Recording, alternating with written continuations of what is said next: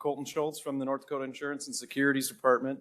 I'm currently the vice chair of the cyber working group, and cyber insurance is one of our 13 charges.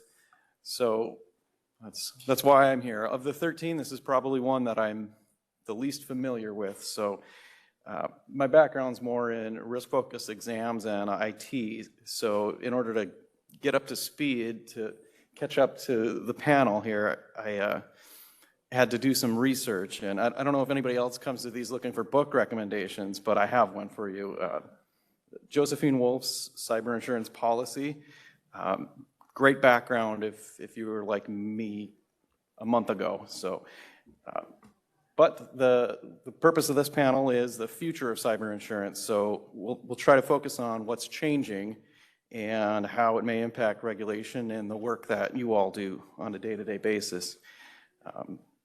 To help me do that, we have an incredible lineup of experienced industry professionals, and rather than read their bios, I'll let each panelist give an overview of their backgrounds and maybe one or two things that you're working on that's unique or innovative in your industry. And Tara, you're at the end. I'll start with you. That was a pop question because they didn't tell us we were going to do that. But anyway, so I'm Tara Bodden. I'm the General Counsel and Head of Claims for At-Bay Specialty Insurance Company. We are predominantly a cyber and technology insurance company. We also have a cybersecurity arm of the business.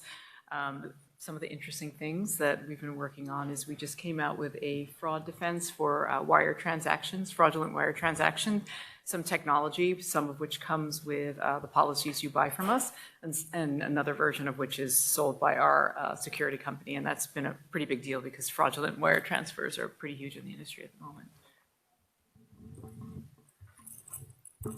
Thank you. I'm Emily Short. I'm National Director of Cyber Product with the Baldwin Group. We are a full-service insurance brokerage firm, so I have the privilege of working both with the carriers and the customers that are purchasing cyber insurance. I've been in insurance for about 12 years, first as a practicing attorney. I did professional liability insurance defense before I moved over to the brokerage side. I'm not sure it's that innovative, but something that's really important that we're working on currently is making sure that our insureds know what to do after a claim. So before they call their carrier, before they call us, what does that look like? Making sure they try to work with the vendors that the carriers have panel provider rates for. So forensic accounting, for example, is something, making sure they engage those vendors before they have an issue so that it really can reduce the cost and time when it comes to responding to an incident. My name is Lindsay Dickel, and I am Vice Chair of the Data Privacy and Cybersecurity team at the law firm of Constangy Brooks Smith & Profit. I am by trade a cyber incident response attorney as well as a defense litigator. I am a vendor under a cyber insurance policy and can speak to how vendors work, how the policies are designed. I would love to say I'm doing something innovative, but basically I sit around thinking all the time. And I'd like to think that means my time is worth the hourly rate I get to charge. But fundamentally what I do is follow along what these brilliant people do and provide the services that insurance policies are designed to provide to the insurers. Good afternoon. My name is Chris Reese. I'm a vice president with Zurich Insurance Company here in the United States, and my responsibility is for our cyber product. So that means I'm responsible for the insurance policy, the terms, endorsements, and underwriting decisions above a certain level. I'm actually having a lot of fun working on a project right now. And again, I didn't know that this question was going to be asked, but it's fun to say this out loud. Our London team is working on a policy to buy back the cyber exclusion under the property policy. And we're going to first launch it over there in the London market, and then it will make its way over here. And because I love drafting coverage and talking about coverage and thinking about coverage, I raised my hand and volunteered to help, and they let me join them in the fun. So I'm really excited about that. There's a lot going on always in the world between what does the cyber insurance policy cover and how might other insurance policies respond. So all of us on this panel spend our time in one way or another trying to help support the customer to be best taken care of when there's multiple policies that could react. All right, thank you. So I'll start with underwriting and pricing. In the past, I think the cyber coverages may have been more binary or pass-fail than a lot of the P&C coverages that you all are more familiar with, like the home and auto, and even some on the casualty side. A lot of times, the earlier cyber underwriters had a long list of conditions prior, requirements for minimum, and if you were trying to go into that market and you didn't meet those minimums, you were declined, you couldn't get coverage. How is that changing now, and as this product matures? How are you seeing that in each of your respective organizations? If anyone wants to start, jump in. Yes, I'll start. So I need to say this out loud. All of my comments are my personal comments. I'm not talking officially on behalf of Zurich Insurance Company. So, you know, we write a broad range of clients. We write SME business, which could have revenue in the $20 million or $40 million space, and we write multi-billion dollar organizations. And on the underwriting side, there are different levels of controls that we expect to be in place depending upon the type of data that they have and the type of services that the organization provides. So our underwriting is really a combination of subject matter expertise. You know, you'll look at an industry and you'll know, oh, healthcare, we need to find this, this, and this. Manufacturing, we need to know these other things, as well as a set of rules that we've developed over time that reflects what ties to building a profitable portfolio. I'll just jump in. I think one of the key things that has really changed, I'm paranoid that I'm screaming into the microphone, so that's why I was speaking quietly. So I think one of the major things that we see as a difference over the past even 10 years in cyber insurance is the development of very specific securities. So yes, there are a lot of questions depending on industry and type of business and revenue, but ultimately I think one of the biggest changes has been insurance doing what insurance does best, which is setting standards. And so for cyber insurance, it's around a kind of baseline of security requirements that if you don't have it, you don't get it, and you can't get it. So this is really what this means is, because my company does mostly SMB, small, medium-sized businesses, up to 150 to 200 million in revenue, is that everybody has kind of leveled up a little bit with security. Are they experts? No. But there are some very fundamental baseline things that people used to sort of scoff at before that now are a requirement. And I think that's, the trend generally is it'll continue to set those standards required. No, you can't. So from my perspective, since I work with a lot of different insurance carriers, you know, what these ladies are talking about is of utmost importance, that we do have some of these standards, that insureds are implementing quality security controls. However, over the last couple of years, the insurance market has really softened, and there are plenty of markets out there that will now offer you insurance even if you don't have some of those security controls in place. That doesn't mean that that's the carrier you should go with, but it has been interesting to watch the requirements change as the market either hardens or softens.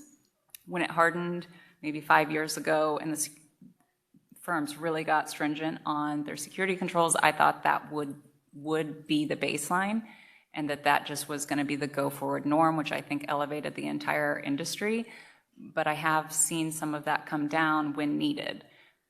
I obviously encourage my insureds to go ahead and still implement some of those security controls, but it's not as black and white as it used to be, and I don't necessarily think that's a good thing. I think we should be encouraging organizations to have security controls, and certainly there would probably be regulatory inquiries after an incident if they decided not to implement certain security controls. But it is interesting, depending on the carrier you're working with, what those controls might be.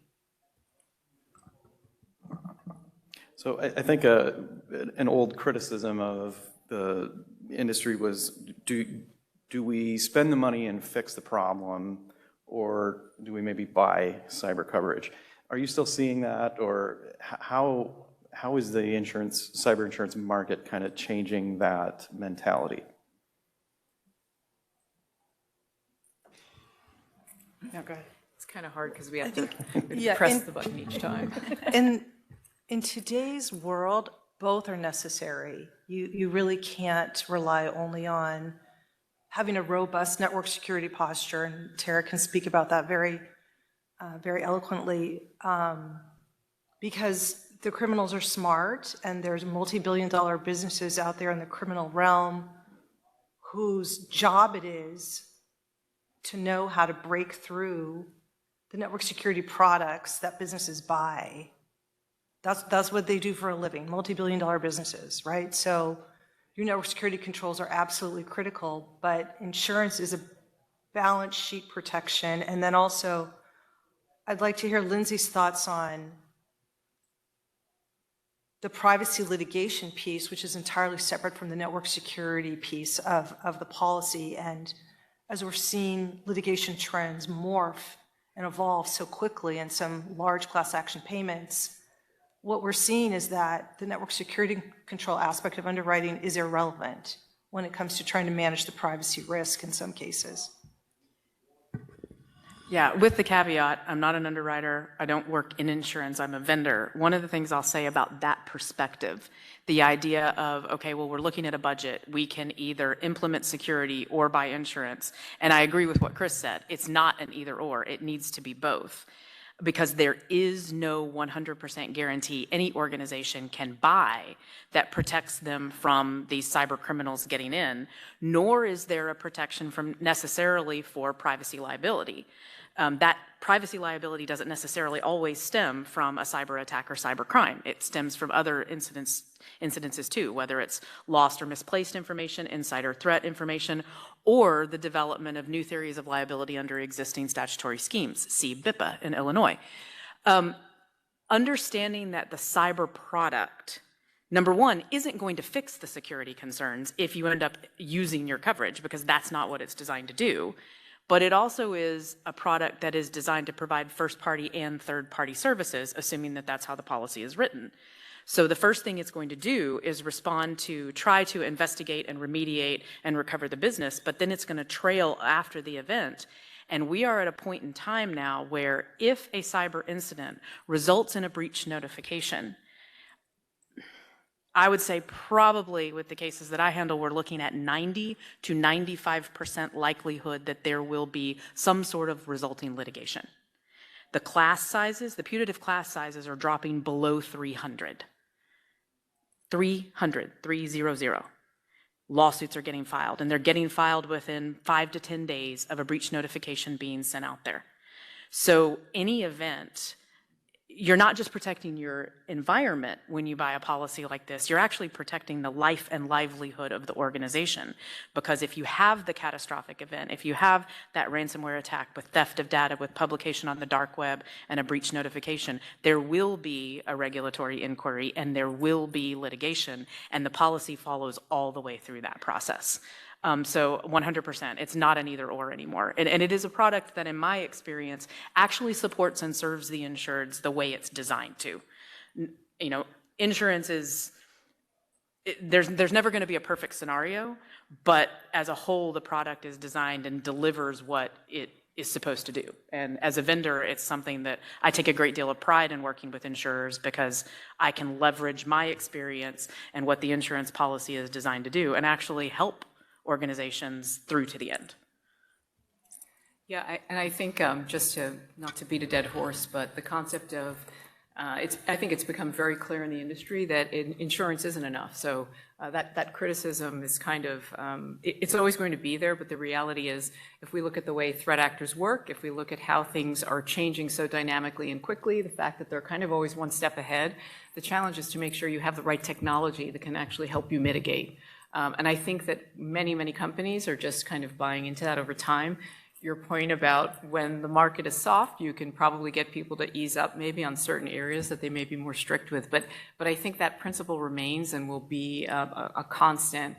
And I just wanted to touch on what you were talking about with the class actions. It's a really key point to remember that we were talking about this at lunch, that, you know, there's this idea that cyber insurance is really just about bad actors entering your system, but as many of the privacy litigations today, they have nothing to do with any kind of incident. They just happen to be, they can arise out of tracking pixels that might be on your website that people encounter as they're having an experience on your website. You have to disclose that and make sure that individuals know that you are tracking their history of watching and interacting. That is a privacy concern. So there is a statute that is quite damaging, and nobody has to enter your website or your systems, and you are up for a class action with very, very high settlements, $5 million multi-million-dollar settlements, because the statutory fine per infraction is significant. All right, you talked a little bit about some of the changes in how, in the coverage, it's going more towards the class action type, but how are you seeing any changes in, I think early on there was some confusion on what was covered, what wasn't covered, and it may have led to some insurer, carriers, policyholders, litigation. So is there any trend or movement in clarifying what's covered, what's not covered? Probably start with Chris on that one, because that's more your wheelhouse. Actually, I'm dying to hear what Emily's going to say. Emily's the broker, so she works with all the insurance companies. But I will just say, yes, we have, the industry generally has an intention for contract clarity, and a lot of cyber insurance is written on a surplus lines basis. So a lot of insurance policies have manuscripted endorsements, and that varies depending upon whether or not the buyer is a very large company, which in most cases it will almost always be surplus lines, or it's a very small company, which may be admitted. And so that impacts the terms and conditions and the ability to quickly react when a ruling comes down and the carrier wants to reframe language in the policy to provide more clarity and contract certainty. Emily sees a broad section of this all day, but she has some really interesting thoughts. I actually do think that the carriers have done better is maybe the wrong term, but a more concerted effort to make the contracts and the policies more clear. I really think that that's been a goal, because there's been plenty of studies done that say, oh, the cyber premiums will bring in X amount of $1 billion by the year 2029, or whatever those look like, and they change year after year. And for a while, some of that growth, especially in the small to mid-size, wasn't happening. There wasn't the uptick. So these small to mid-size organizations weren't purchasing the coverage. And I think it's in part was because the market itself did a bad job of explaining what was or wasn't covered. And then there was confusion. And then maybe a claim is denied. And if there'd been a conversation ahead of time, maybe it was never should have been covered on a cyber policy anyways. Maybe it was a crime exposure, but the insured didn't understand ahead of time, and therefore they said cyber policies don't cover anything. So I think the industry almost marketed ourselves better and started putting in place products that made a little bit more sense, and we started explaining it better, and I think that's really helped. I do think on larger organizations, especially in kind of the softer market that we're a part of right now, there is a lot of opportunity to flush out any gray areas. So if I'm reviewing a policy or a quote, and I think that for that particular insured, maybe the services that they're offered might not be covered, or I don't love that it's not clear. If it's surplus lines, like Chris said, we have the ability to amend that language and then just make sure it's black and white on the policy, as opposed to, well, the violation of privacy policy isn't included in this section, but if you look to the exclusions, it's under carve-back F of exclusion 17, whatever. I mean, that is just hard for the insureds, and if you have a broker that maybe isn't spending all their time in the cyberspace, those are the types of things that could be missed. And so I think the industry has done a better job of trying to remedy some of that so that the smaller to mid-sized organizations feel more comfortable making those purchases, because honestly, there are some of the insureds that need it the most. I mean, you don't have to be a large organization for a cyber criminal to want to attack you, and unfortunately, humans tend to be where the error falls. So you click on a link, these cyber criminals can blast out hundreds of millions of phishing links regularly. And so if you're a small organization, you still have a huge risk, and you might not have the financial backing or the balance sheet to protect yourself when something happens. And then you're in a world of hurt if you didn't purchase the insurance policy for the $5,000 annually that you could have, and now you have a $2 million loss. If I can just add, I think it's a little bit of a chicken and an egg thing. It's clarity in the policies, but I'm not sure exactly where that came from. I do know that there's been an amazing uptick in the amount of threat actor activity and awareness too. So I think it is a kind of combined factors that have kind of led to this. But without a doubt, I think back 10 years ago, being at Net Diligence, a cybersecurity industry event, and people were like, what do you do with the business interruption piece? How do you even figure that out in a cyber policy, which is unheard of now? So I'm not sure, some of you may know this, some of you may not, but cyber insurance also covers business interruption, so cost to get your systems back up and running, and also lost income during that period of time. And I remember very well sitting in a session, and that's what everybody was talking about. So again, it's almost like necessity becomes the mother of invention and understanding and clarity. And I think it's a little bit of that as well, because now brokers really know how to use that business interruption piece of the coverage for sure. And it's a significant area of loss in cyber at the moment. So. And to take the point you're making and kind of take it really simple, because I'm not a broker and I'm not an underwriter. Cyber insurance got a really bad rap because of litigation about trying to force coverage into non-cyber policies. We called it silent cyber, and there were 1,000 panels about it. But realistically, that bad rap has never been true. And while there are differences between policies, and I'm not a coverage lawyer and I don't make those decisions, I can tell most of my clients, generally speaking, what a cyber policy will do for them. It will bring experts to the table. It will provide legal advice for the after effects of an incident. It will provide business interruption or income loss if those policy provisions are in there. There are some policies that will replace equipment. So look at the policy and figure that out. And it will pay a ransom if you need to pay a ransom. And that's the question I get more than anything. Well, we know insurance companies don't want to pay ransoms. If I need to pay a ransom, it won't happen. I have never, not one time, in 11 years of doing this and hundreds of ransomware cases, had an insurance company decline to pay when it was what was business necessary for that company. Where permitted by law. Where permitted by law. Well, there's only one place in the U.S. where it's not permitted, and only for certain categories. It is 100% legal to pay a ransom in the United States if you follow the appropriate legal parameters. That's why you need a good lawyer. That's what businesses don't understand. It delivers a lot. The things that people want it to cover that it doesn't cover, it's not designed to cover. Or if they're trying to get coverage under a policy that was never designed to provide this. So that's the oversimplification from the person who doesn't underwrite a dadgum thing. Well, I love what you said about the extortion demands, because there's so much in the press about, should we make it illegal to pay extortion demands? Is it right? Is there a moral hazard? And when I have been a broker in a previous capacity, and when you have a client call you, their whole network is shut down. Their whole network is shut down. They can't do email. They have no idea what to do.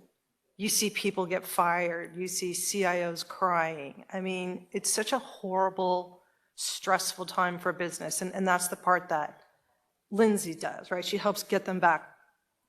But when we tell them, we can help you, and we help guide them through that decision process of whether or not you should pay the extortion demand. And there's a process you have to go through to verify with the federal government that you're not paying certain individuals or entities that are on a known terrorist list.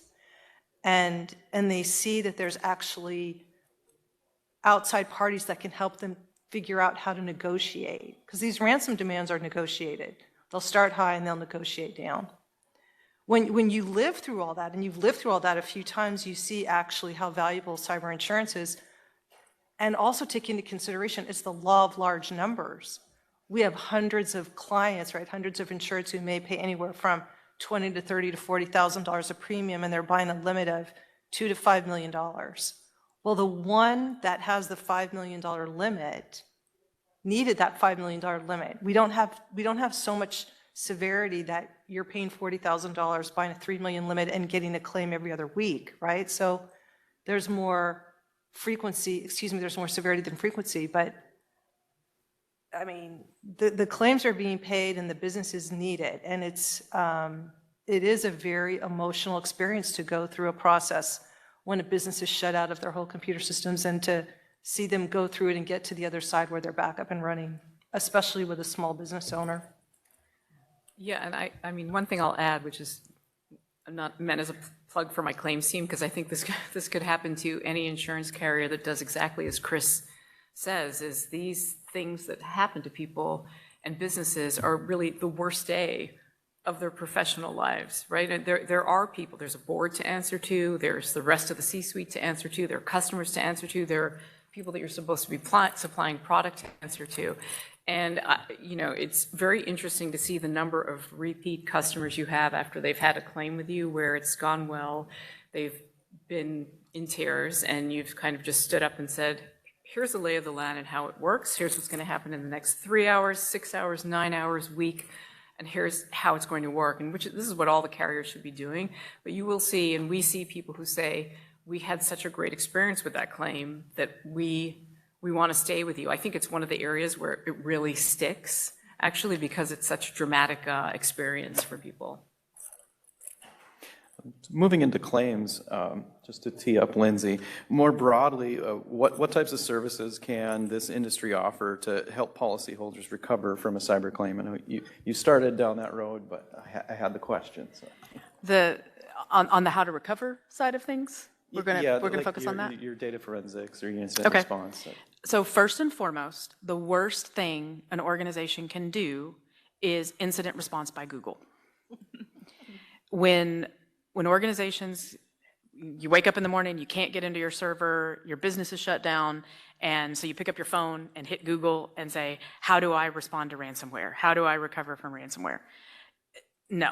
You're not going to get anything reliable. You're going to get predatory businesses that are taking advantage of a situation. One of the things that cyber insurance does so incredibly well is bring the panels together. Not a new concept. It's been around for decades, if not centuries at this point. But the idea is the cyber insurance companies are going to bring together the experts, and then the experts are in charge of bringing the other experts, which is why, to Tara's point, when you are on the phone, because it is an extremely emotional experience, sometimes it's a CISO or a CIO or a network administrator, and they're panicked because their job is on the line, but the business isn't operating. Sometimes it's general counsel, sometimes it's a president or a CEO, but they're watching everything they have built crumble. It's falling apart. And what the policy does is respond quickly, immediately, and bring an army of experts. And it's actually one of the things that's most rewarding for me after years of being a litigator and fighting with people. Now, when I get on the phone with insureds, even before they've hired me, I know that by the end of that phone call, they're going to have hope. They're going to have an action plan, and they're going to have a team of people that can get them back up and running. Now, most of the time, we can't do it immediately. It's not going to be by the end of the day. But it means that all of those experts that are coming together are going to have a roadmap for investigating what happened, starting the recovery process, bringing resources in, whether it's boots on the ground or remote resources to test backups and re-image machines and start the process of recovery while preserving evidence and protecting risk. All of these, it's a team of people across the country, and we do this together all the time. We don't innovate as much as they do. Necessarily, but we do respond to the changing landscape, and we share information. It's actually an incredibly collaborative industry. So our forensic investigators that we work with routinely share information about the latest threat actors out there, changes in behavior, changes in threats. When we see zero-day vulnerabilities, I am technology adjacent. I can't tell you when there's a 0 day, but I've got 10 companies that all emailed me this morning to tell me that there's a new threat with a particular firewall and a patch that needs to be put out there. And that's being shared across the industry with the vendors, with the carriers, with the brokers. We're sharing all of that so we can get that information out to the businesses as quickly as possible to try to protect them. That's the kind of power that the industry has to help people before anybody's bought a premium, before anybody's made a claim, before anybody's paid any money out. It's an incredibly rewarding thing to know that when I get on the phone with that client, the plan that they have at the end is something that could conceivably save a business. I get asked a lot, well, aren't we going to catch the bad guys? Sure, that'd be great. We'll call the FBI. The FBI is wonderful, but it's not my job to catch the bad guy. It's my job to save that business. And that's what we do as a collective. Just to chime in on that, beyond it being the insured's worst day, I always tell them I hope they have no idea what they're supposed to do or how to engage these vendors. That is why we have Lindsay. And I am, like I said at the beginning, I am trying to give people a little bit of a grasp on what that looks like so it's not so scary, but I don't want them to have experience with how to handle a claim. That's something that I don't hope for my insureds. Well, and I always tell my clients, it's okay if they never want to talk to me again. I don't take it personally. It's fine. You know, we have to hear from AtBay on this because they were pioneered by a cybersecurity expert. I mean, the reality is, for our company, so Lindsay's comment about how collaborative it is and how everybody's quite unified, sharing information, it really, I think, comes down to the fact that we're constantly battling like criminals, you know, it's not just that somebody ran into somebody else in their car and this is criminal enterprises that are taking down significant chunks of our everyday life in businesses. And so I think it creates an automatic sort of unity.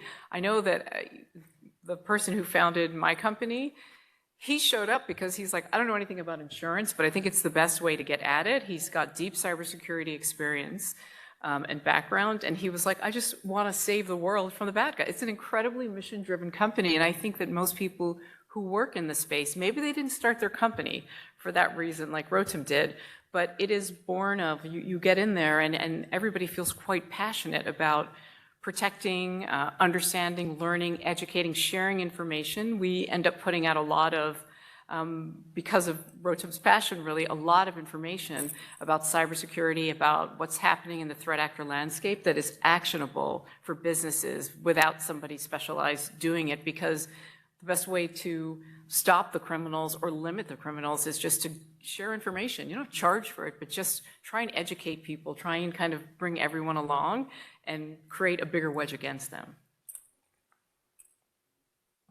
Right, we talked a little bit about the changes in the claims.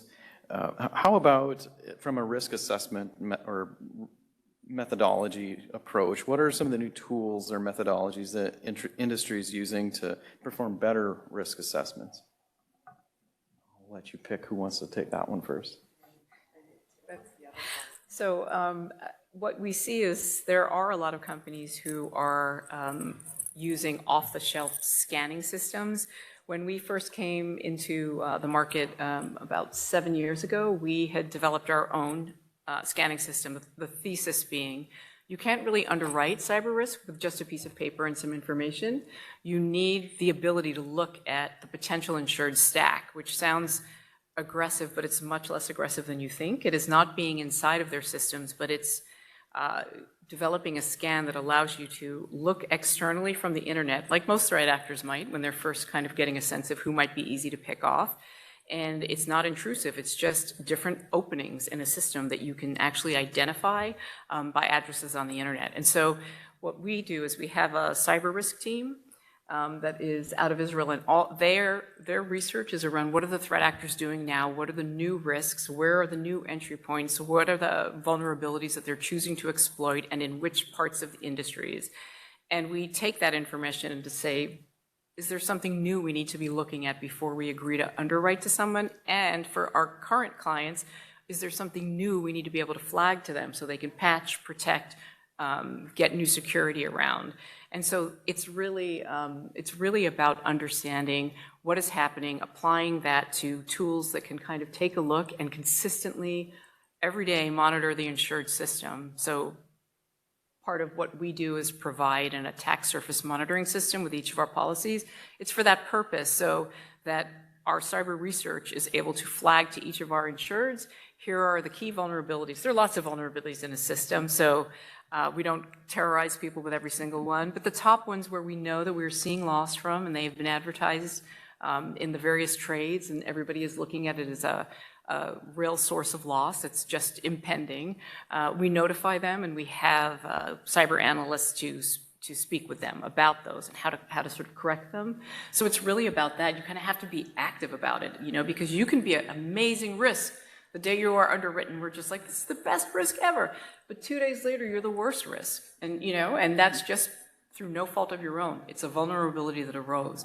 So that ability to sort of consistently monitor, flag, educate, help prevent is really a key, I think, in being able to deliver effective cyber insurance today.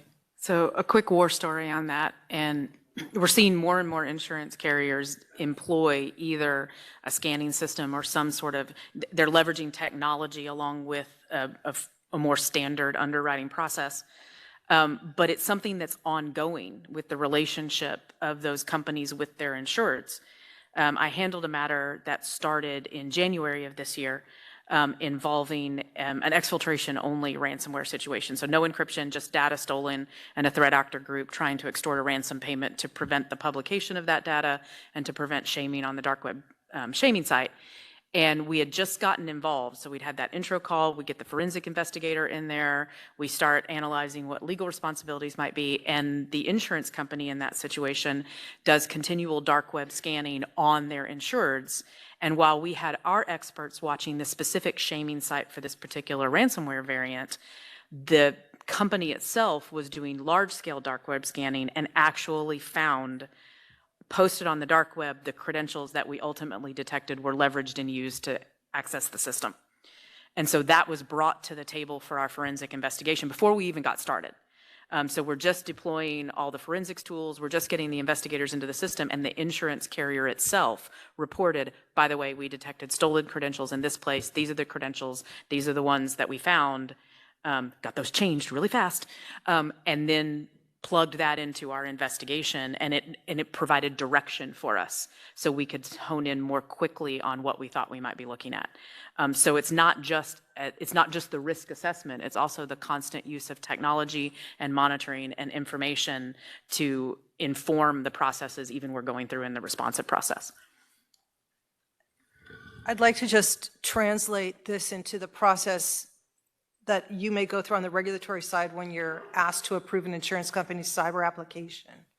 So the cyber applications for large companies ask this many questions, for medium companies ask this many questions, and for smaller companies might ask this many questions. And that's just based upon industry data for us that's identified that these basic controls need to be in place, and we have to ensure this before we take action. But that's just one piece of the risk assessment, right? And so the other piece of it actually never comes to your desk because it's not related to a filing. Each insurance company has a choice about using these different tools. And some insurance companies buy modeling tools and plug in the industry and plug in the revenue, and they come up with a projected modeling outcome that will tell them what the likelihood is of an event and what the cost will be. That's one piece that is used in risk assessment, but again, it wouldn't come across your desk because it's not part of the regulatory process. Tools to scan the dark web, internal proprietary tools developed by different insurance carriers and MGAs that they use, where they ingest a lot of information. They go out and they buy information about cyber claims that's publicly available. They pull in their own claims data. They pull in their own modeling assumptions, and they create their own internal profile about what the adequate pricing might be for this risk. So I just wanted to call that out for you because you'll never see it, right? It will never come to you with a filing package, but it is a significant portion of how cyber risk is evaluated. And with some adequate explanation to the insureds, they really appreciate these types of tools. Initially, if you say there's going to be this scanning tool, they get a little bit nervous. They don't want their insurance carrier in their systems. They're worried that somehow that's going to impact their premiums or the availability of payments of a claim. But truly, when they understand the benefits on the back end, they really appreciate it. And I know that they get those automated emails throughout the term of the policy. If there is a critical vulnerability, I always make sure to follow up because, as Tara said, the carriers also have resources that the insured can speak with. Maybe they get that email and they don't really know anything about that vulnerability. They don't know how to fix it. Their CISO's on maternity leave, whatever it might be. And there are also resources that follow back with it and also helps with the payment of claim. Like Lindsay was saying, the ability to know where those credentials were and how that breach initially started really helps them hone in on where they need to go from a forensic standpoint and a data privacy standpoint. And then maybe you're not going to have a limit loss, and it makes everybody's day much better. And it's funny, I'll add just to compare the universe of the way it is now as to when we first started with some of these tools, because your point, who wants those kinds of automated emails and are they real or not? I still remember when I first got to AtBay almost 6 years ago, and we may have been the only ones using a scan at that point, and the brokers were so mad. They were like, "Why are you pinging our insureds? What is this? Is this a phishing thing?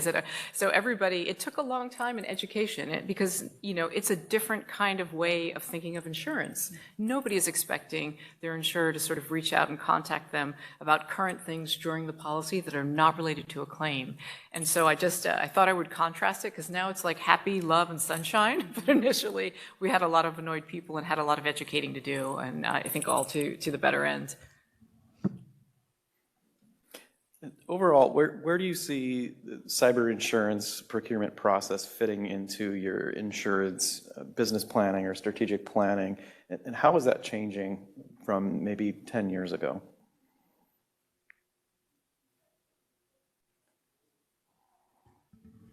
I mean, for our insureds, it's really just understanding that business risk or cyber risk is business risk, and most of our insureds, and I would say most CEOs at this juncture, have come to terms with that cyber risk is a large business risk and it keeps them up at night, so that they need to allocate appropriate dollars to whether that's security controls or whether it's insurance or whether it's both.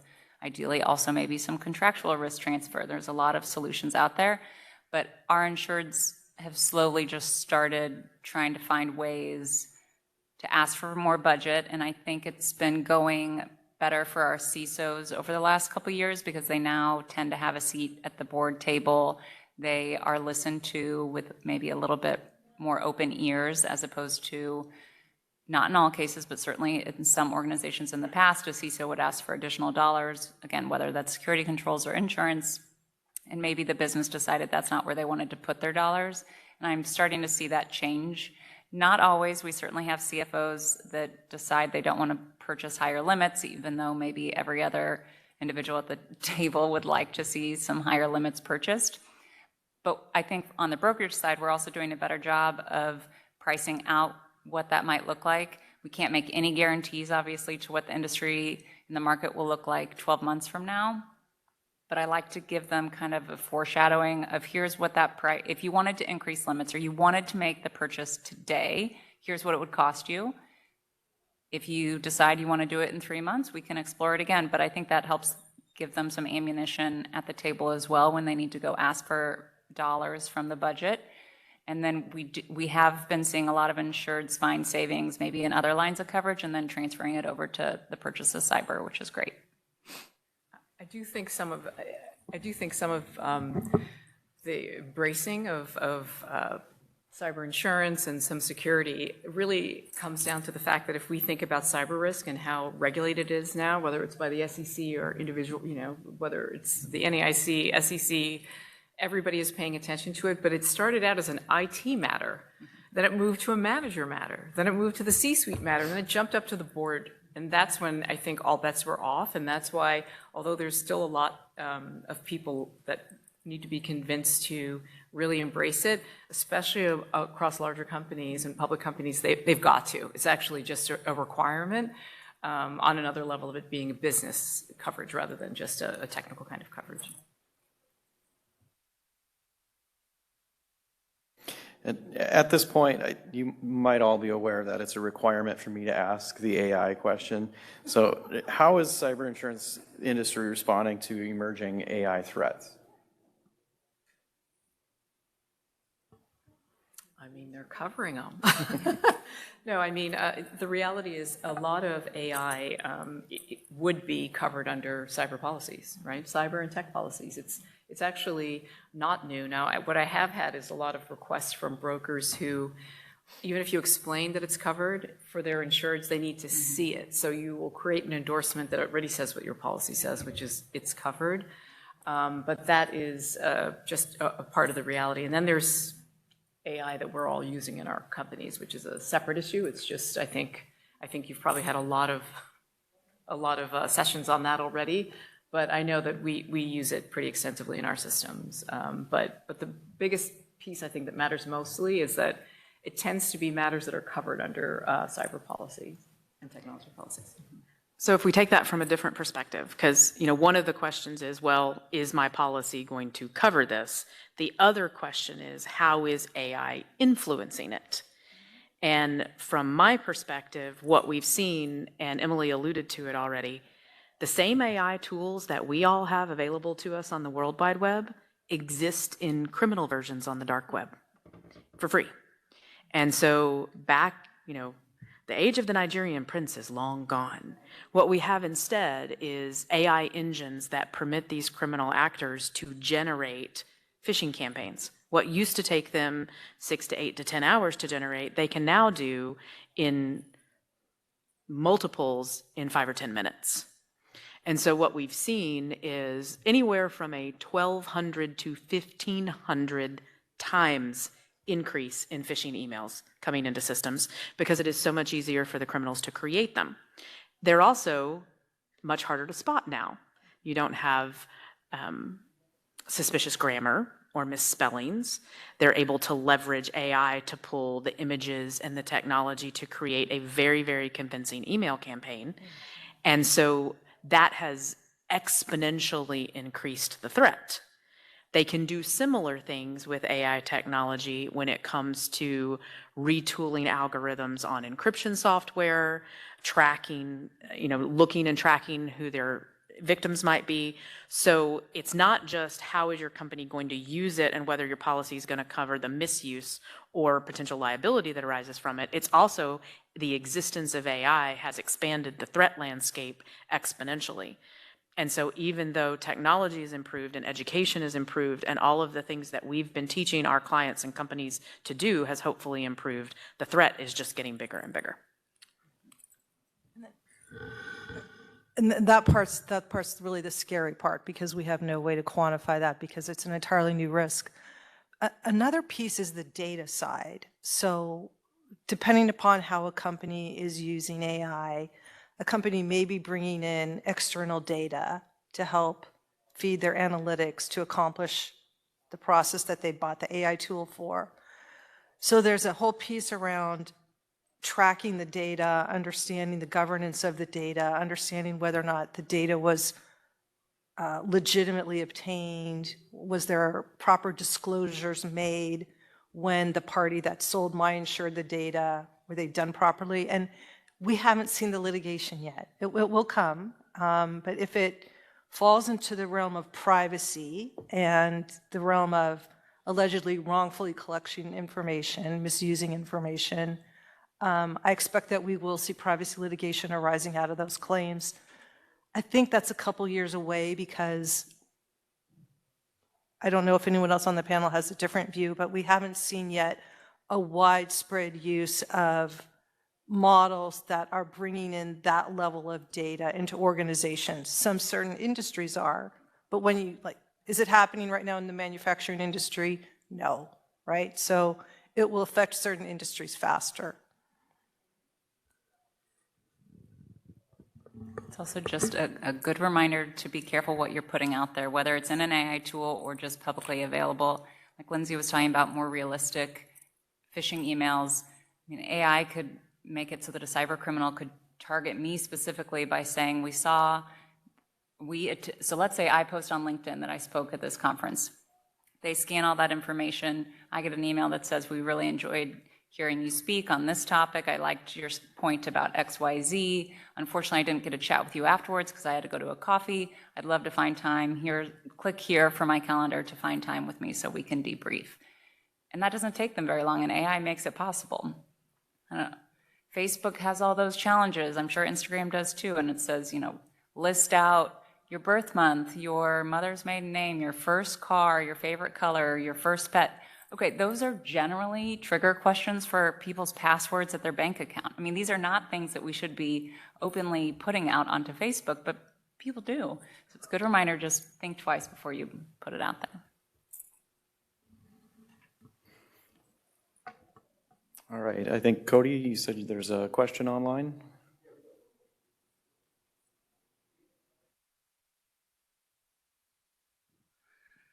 What are some of the trends on exclusions or deductibles that carriers are employing to help manage their underwriting risk?